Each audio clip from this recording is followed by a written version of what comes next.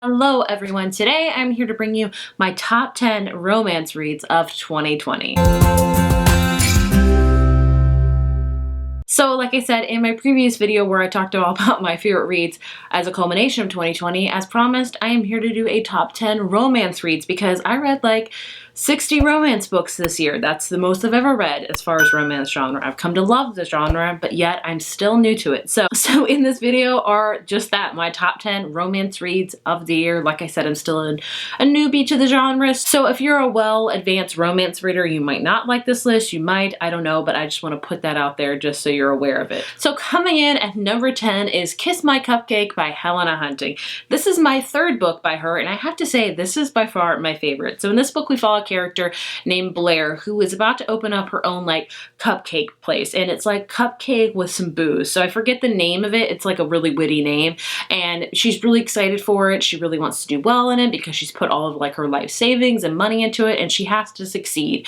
And so next door, she learns that there's also going to be a brand new place, and it's going to be a bar. So it's kind of in competition with her. And the guy that's opening it is named Ronan. And of course, they butt heads a lot. And it's pretty much a hate to love romance book set in a bakery / bar, which is amazing. And it's just that. It is uber romantic, super cute, cupcake flavors with some booze in it. Just was an amazing read. I loved it. I was very surprised of how much I loved it.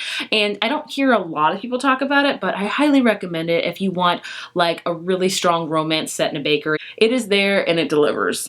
Next up, coming in at number 9, I'm putting 2 books on this because I break my own rules repeatedly this channel, so there it is. The first one is One to Watch by Kate Stayman London. So I believe, if I'm not mistaken, this is a debut novel from this year, and this is all about a character named Bee. And Bee is a fashion blogger. She's a plus-size fashion blogger at that, and she watches this show called Main Squeeze. It's pretty much like The Bachelor, Bachelorette, and she really comments one day of the lack of diversity with body diversity on it, and she's just really kind of sick of it. Like, you always show these really cookie-cutter people that have beautiful bodies, and that's not the reality of life. And so a producer reaches out to her and was like, hey, I want you to be the next contestant on Main Squeeze. And so she decides to do it. And it's all about her journey on this show. So I'd say if you're a really big fan of Bachelor, Bachelorette, you will really love this book. Me, I don't like either of those shows. I don't watch a lot of reality-based shows because I got enough drama in my life, so I don't need to watch a lot of it. So I don't love those shows, but I still love this book. It got to take you behind the inner workings of it. It really talked a lot about body positivity for plus size people. As you can tell, I'm a plus size woman myself, and I struggle with that daily, hourly, a lot. But I really loved watching Bee's journey of, you know, learning to love her body and learning to love maybe someone who will accept her for who she is. And it was just a beautifully romantic kind of book that has all about reality TV. Coming in at number 9 is Wild at Heart by K.A. Tucker. This is the sequel to The Simple Wild that came out a few years ago. This follows on of Jonah's and Calla's story, and I don't want to tell you too much about it because I feel like it would spoil it. So The Simple Wild, the first book in this series, is all about this character named Calla who goes to Alaska because her father is not doing too well. She doesn't have a good relationship with him, and she meets this really grumpy pilot named Jonah. It's a perfect hate to love book centered in Alaska. Love it. It's one of my favorite romance reads of all time. So I was very excited when she said she was going to write a sequel, and this, basically without spoiling anything, this one just really delves into more of the relationship of Jonah and Calla, and it just really, you know, it's all about learning how to compromise, how to really accept each other. You know, there's a lot to deal with, like moving maybe to Alaska, Canada, all that kind of stuff. And I really love books that really show a true depiction of relationships, that it's not all just happy all the time. There's a lot of sacrifices you have to make. You have to make sure each other is happy in the relationship. You have to give up things. You have to do things. And I just really loved this book. Next up is Girl Gone Viral by Alicia Rye. This is the sequel to her book, The Right Swipe, which I read last year, and I liked it. I didn't really love it, but I loved Girl Gone Viral. So this book follows a character named Katrina who really tries to stay out of the public eye because a lot of stuff that's happened to her in her past, and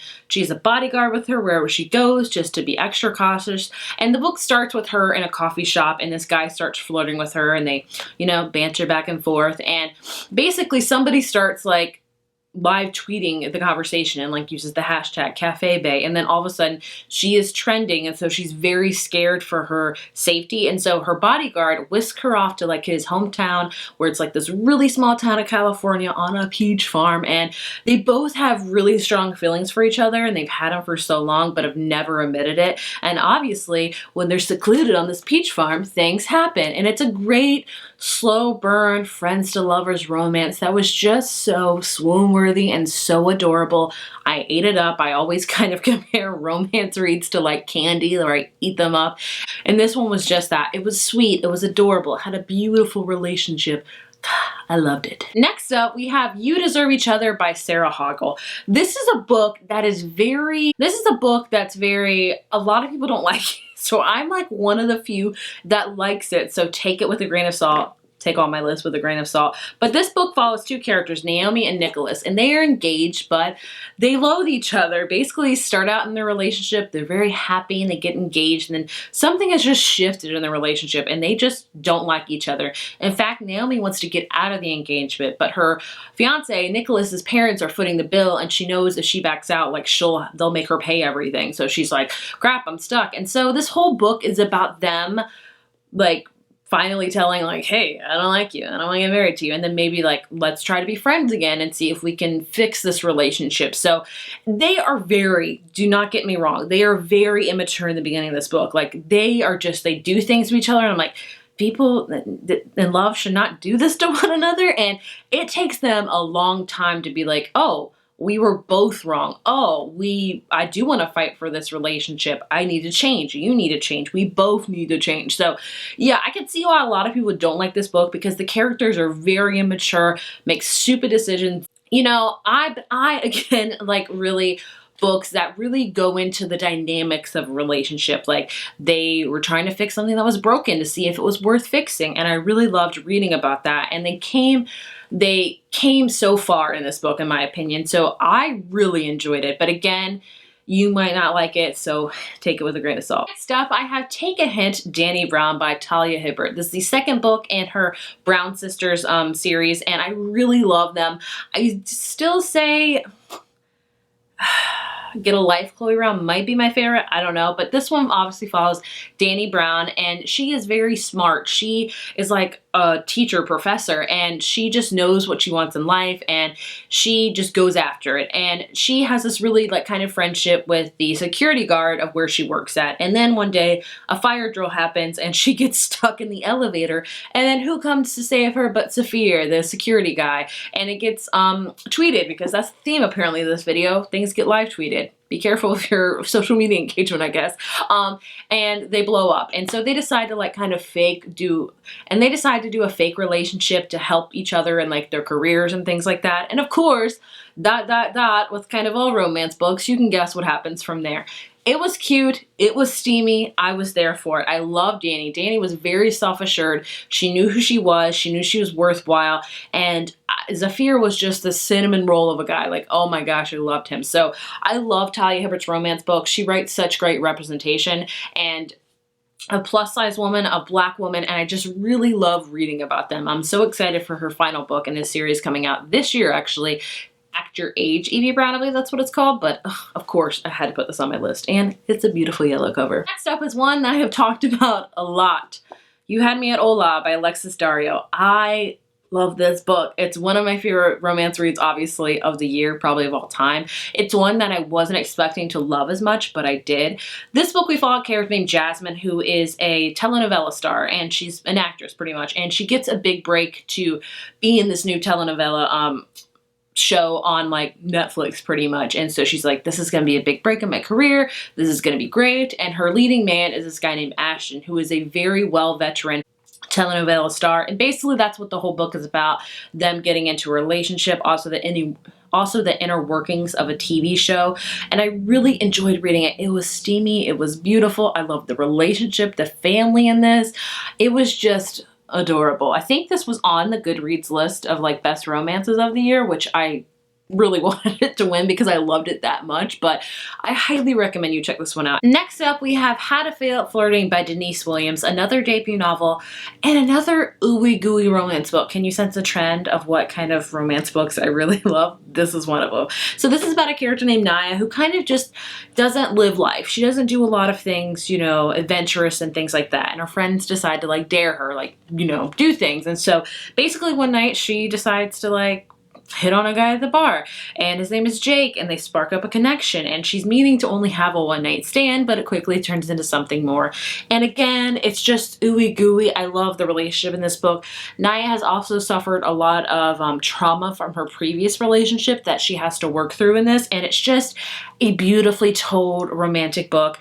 How many times did I say romance in this video? But I adored it. Coming in at number 3 is the Happy Ever After playlist by Abby Hemezin. This is the sequel to her book that came out last year called The Friend Zone, which I actually, again, kind of like Girl Gone Viral, didn't really enjoy a lot. I did not like the main character in that book. I just didn't enjoy her, but goodness me, I loved this one. So in this book, we follow a character named Sloane, and I will say, me telling you the plot of this book kind of spoils the first book, but I feel like you should probably know it going into it in case you might be triggered by it. So basically, learn that Sloane's fiance died 2 years ago, and obviously she's still grieving. She's still not really doing well. And basically one day she finds this dog. This dog just like jumps into her car, and she's like, oh my goodness. So she tries to contact the owner several times, and he doesn't answer. And finally he does. And his name is Jason, and he so happens to be in Australia at the time because he's a musician.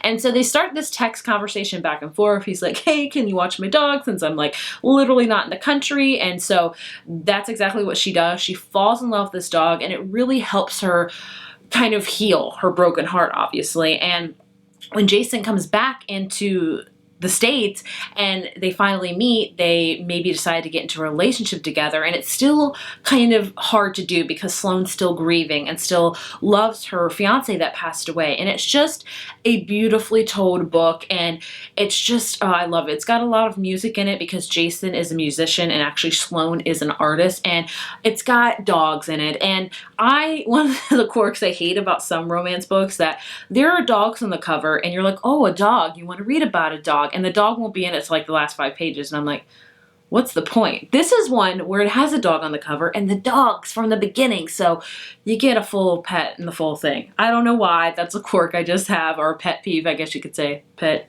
get what I did there. But I love this one so, so dearly, and I can't wait to see what this author does next. I really can't. So my 2 favorite romance reads were actually on my favorites books list of the year, so sorry if I'm repeating myself, but it's just, it is what it is. Number 2, Beach Read by Emily Henry. I love this one, and sure, you're seeing it a lot on list this year.